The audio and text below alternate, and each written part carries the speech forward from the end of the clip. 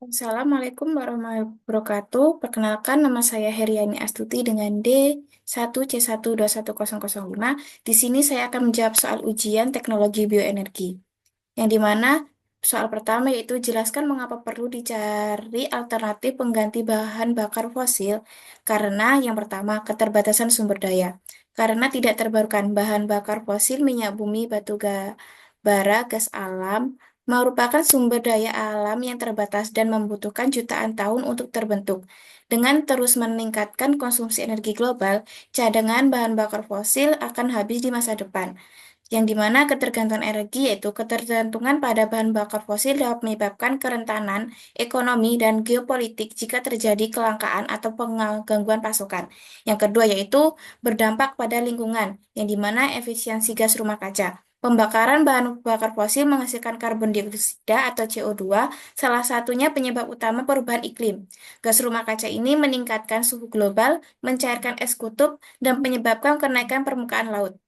Polusi udara, yang dimana pembakaran bahan bakar fosil juga menghasilkan polutan seperti sulfur dioksida SO2, nitrogen oksigen NOx, dan partikulat yang merusak kesehatan manusia dan lingkungan. Yang ketiga yaitu kemajuan teknologi dan ekonomi, yang dimana efisiensi energinya yaitu energi alternatif cenderung lebih efisien dan bersih. Contohnya, kendaraan listrik yang menggunakan energi terbaru memiliki efisiensi lebih tinggi dibandingkan mesin berbahan bakar fosil. Peluang ekonomi baru, yang dimana investasi dalam energi terbaru menciptakan lapangan kerja baru di bidang teknologi hijau, konstruksi, dan penelitian.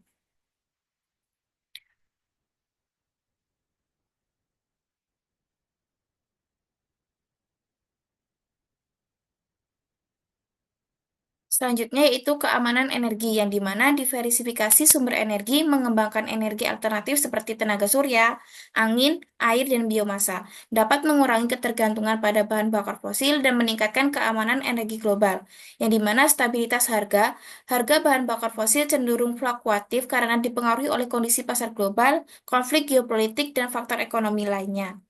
Soal kedua yaitu kelompokkan jenis bahan apa yang dapat dijadikan sumber daya penghasil bioenergi. Buat contoh masing-masing dan jenis produk bioenergi apa yang dapat dihasilkan dari setiap kelompok jenis bahan tersebut. Yang pertama yaitu ada tanaman energi. Contoh tepung, jagung, sorghum, kaya akan pati dan gula. Kelapa sawit, jarak pagar, kedelai menghasilkan minyak nabati. Produk bioenerginya seperti bioetanol yang dimana dihasilkan dari fermentasi gula atau pati. Untuk yang kedua yaitu ada biodiesel yang dimana dihasilkan dari minyak nabati melalui transterifikasi.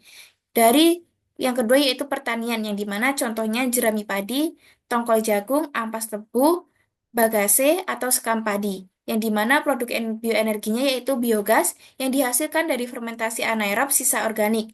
Biobriket adalah bahan bakar padat yang dibuat dari sisa biomasa. Yang ketiga yaitu listrik dan panas, menggunakan pembangkit listrik tenaga biomasa.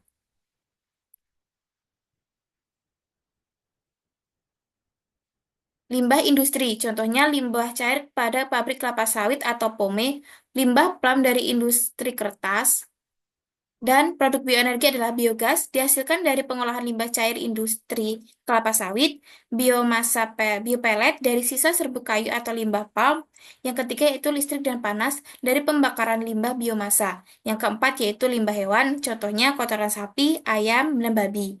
Produk bioenerginya adalah biogas yang dimana dihasilkan dari fermentasi kotoran hewan menggunakan digester, pupuk organik sebagai produk sampingan dari pembuatan biogas. Yang soal ketiga yaitu apa yang dimaksud dengan pure plant oil atau PPO. Pure plant oil atau PPO adalah minyak nabati yang diperoleh langsung dari tanaman penghasil minyak melalui proses mekanisme seperti pengepresan dan proses pemurnian minimal. PPO dapat digunakan sebagai bahan bakar alternatif untuk mesin diesel, terutama pada mesin yang telah dimodifikasi agar kompatibel dengan sifat fisiknya. PPO dihasilkan dari tanaman minyak seperti biji jarak, biji bunga matahari, kedelai, rapeset, kelapa sawit, dan kacang tanah. Adapun kelebihan dari PPO yang pertama yaitu terbarukan. PPO berasal dari tanaman yang dapat diperbarui dengan siklus tanam. Yang kedua yaitu netral karbon. emisi CO2 dari pembakaran PPO sebanding dengan CO2 yang diserap tanaman selama pertumbuhan. Ketiga yaitu proses produksi ramah lingkungan, tidak memerlukan bahan kimia berbahaya dalam produksinya.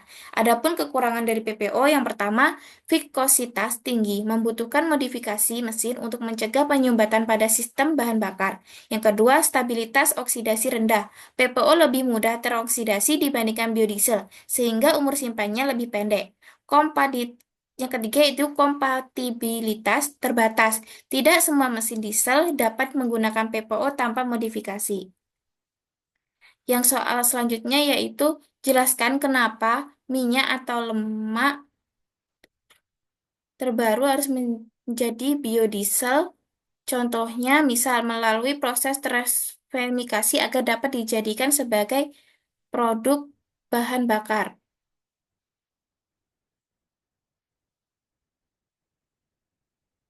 Yang karena mengurangi vikositas, yang dimana alasannya minyak atau lemak alami memiliki vikositas yang jauh lebih tinggi dibandingkan biodiesel atau solar diesel konvensional. Dampak jika dikonversi, penyumbatan pada sistem injeksi bahan bakar menyebabkan pembakaran tidak sempurna yang menyebabkan emisi tinggi dan kerusakan mesin.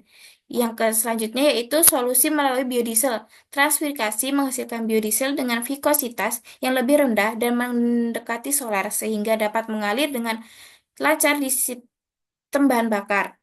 Yang selanjutnya itu meningkatkan stabilitas pembakaran dengan alasan minyak atau lemak alami sulit terbakar secara merata karena terstruktur terintegrasidanya yang kompleks. Dampaknya, jika tidak dikonversi, pembentukan karbon dan residu di ruang bakar, knocking atau getaran terlebih pada mesin diesel.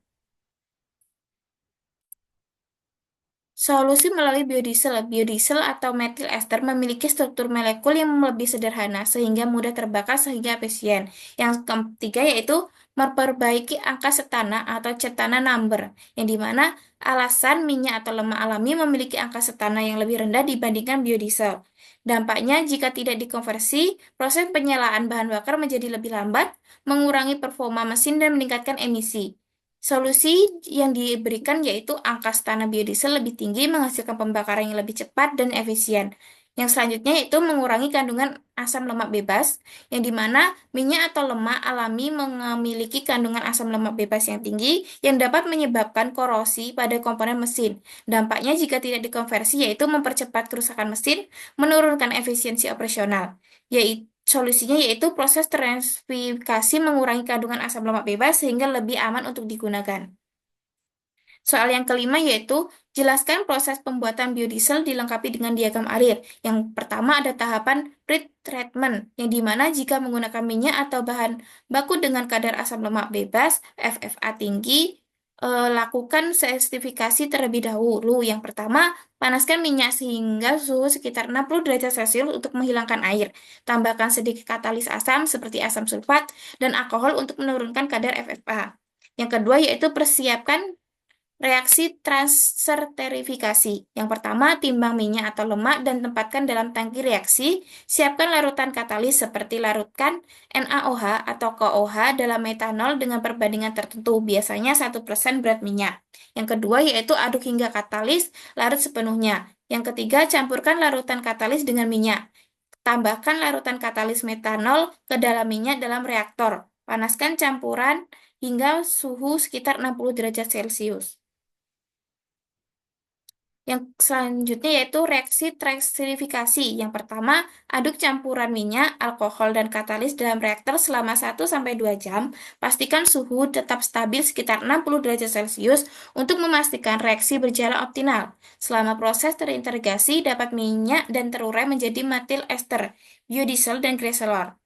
Yang keempat yaitu pemisahan glycerol, yang dimana setelah reaksi selesai, diamkan campuran dalam bejana pemisah selama 8-24 jam. Lapisan glycerol lebih berat akan terpisah dan berada di bagian bawah, sedangkan biodiesel di lapisan paling atas. Yang ketiga, pisahkan biodiesel dari glycerol menggunakan katup atau alat pemisah. Cara selanjutnya yaitu pencucian biodiesel. Biodiesel mentah dicuci dengan air hangat untuk menghilangkan sisa katalis, alkohol, dan kotoran. Ulangi pencucian hingga air bilasan menjadi jernih. Yang selanjutnya itu pengeringan biodiesel.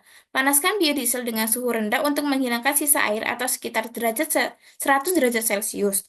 Alternatifnya, biarkan biodiesel di tempat kering dengan aliran udara untuk proses penguapan air. Yang ketujuh yaitu penguraian, saring biodiesel untuk menghilangkan partikel kecil atau kotoran. Yang kedua, biodiesel siap digunakan atau disimpan sesuai kebutuhan. Adapun contoh diagram alir dari pembuatan biodiesel dari CPO atau crude palm oil, yang dimana CPO masuk ke proses transerifikasi, masuk ke styling, yang dimana styling itu memiliki tiga jalur. Yang pertama masuk ke waste, yang dimana waste mengeluarkan air, sisa katalis, dan FFA. Sedangkan yang satunya keluar menjadi crude biodiesel, yang dimasak langsung masuk ke proses walking dan drying. Crude setelah styling turun ke bawah dengan menuju crude Glycerni atau menjadi produk Glycerni. Setelah masuk proses drying, itu menjadi biodiesel, yang dimana pada CPO pada proses transferikasi itu ada penambahan methoxide, yang dimana terdapat metanol dan penambahan bahan NaOH. Di dalam wasing itu ada penambahan water. Soal selanjutnya yaitu soal nomor 6. Apa saja parameter kualitas biodiesel untuk bahan bakar dan jelaskan pentingnya setiap parameter tersebut. Kualitas biodiesel sebagai bahan bakar diukur melalui jumlah parameter yang penting untuk memastikan kinerjanya yang optimal, efisiensi pembakaran, serta dampak terhadap mesin dan lingkungannya. Yang pertama yaitu titik nyala atau flash point, yang dimana titik nyalanya lebih tinggi menunjukkan bahwa biodiesel lebih aman dalam penyimpanan dan penanganan. Titik nyala yang rendah bisa meningkatkan resiko kebakaran atau ledakan. Yang kedua yaitu vikositas, yang dimana vikositasnya tinggi dapat menyebabkan pembakaran yang tidak sempurna, penyumbutan pada saluran bahan bakar, serta keausan lebih cepat di pada mesin. Vikositas yang ideal memastikan distribusi bahan bakar yang baik dalam sistem injeksi. Yang ketiga yaitu angka stana atau katana sambar, yang dimana angka stana yang lebih tinggi meningkatkan performa mesin diesel dengan pembakaran yang lebih halus, pengurangan emisi, serta pengurangan suara mesin. Biodiesel dengan angka stana rendah dapat menyebabkan kesulitan dalam menyalakan mesin dan menghasilkan pembakaran yang tidak efisien. Yang keempat yaitu kandungan air, yang dimana air dalam biodiesel dapat menyebabkan korosi pada komponen mesin dan pembentukan mikroorganisme pada penurunan kualitas pembakaran. Biodiesel yang mengandung air dapat banyak merusak mesin dan sistem bakar. Yang kelima yaitu kandungan karbon, carbon content, yang dimana kandungan karbon yang tepat membantu memastikan pembakaran yang efisien dan mengurangi emisi CO2. Terlalu banyak karbon dapat menghasilkan emisi yang lebih tinggi, sementara kandungan karbon yang rendah dapat mempengaruhi daya dan efisiensi pembakaran. Yang keenam yaitu kandungan sulfur, yang dimana kandungan sulfur yang rendah sangat penting untuk mengurangi emisi gas SO2 atau karena sulfur dapat berkontribusi pada polusi udara dan masalah kesehatan. Biodiesel dengan kandungan sulfur rendah lebih ramah lingkungan dan lebih aman untuk mesin. Yang ketujuh yaitu kandungan asam lemak bebas atau free fatty acid atau FFA. FFA yang tinggi dapat menyebabkan pembentukan kerak pada sistem bahan bakar, meningkatkan korosi, serta memperburuk performa mesin. Penurunan FFA dapat di dalam biodiesel terdapat meningkatkan kestabilan dan kinerja pembakaran. Sekian presentasi mengenai soal ujian teknologi bioenergi. Mohon maaf jika ada kata atau penyampaian salah. Saya akhiri. Wassalamualaikum warahmatullahi wabarakatuh.